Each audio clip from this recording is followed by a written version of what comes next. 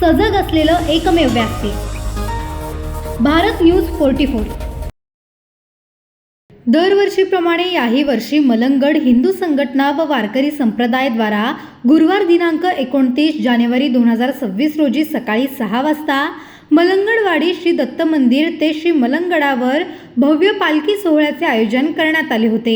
या प्रसंगी अध्यात्म विद्यापीठ करवले येथील शिष्यगणांसह मलंगगड ट्रस्टचे ॲडव्होकेट केतकर, कल्याण ग्रामीणचे आमदार राजेश मोरे, TDC बँकेचे संचालक राजेश पाटील, कुंभारलीचे अविनाश साळवी, संजय मडवी, वाडी नेतिवलीचे प्रभुनाथ बाबा, नेवाळीचे चैनू जाधव, दिनेश देशमुख, पराग तेली, आंबेचे राजू व अशोक भाग्यवंत, त्याचप्रमाणे अनेक परिसरातील मान्यवर भाविक व मोठ्या संख्येने वारकरी संप्रदायाच्या टाळ मृदुंगाच्या गजरात व भक्तिमय तालसुरात पालखीच्या ठिकाणी पूजा अर्चा करण्यात येऊन श्री मलंगगडावर आरूढ झाली।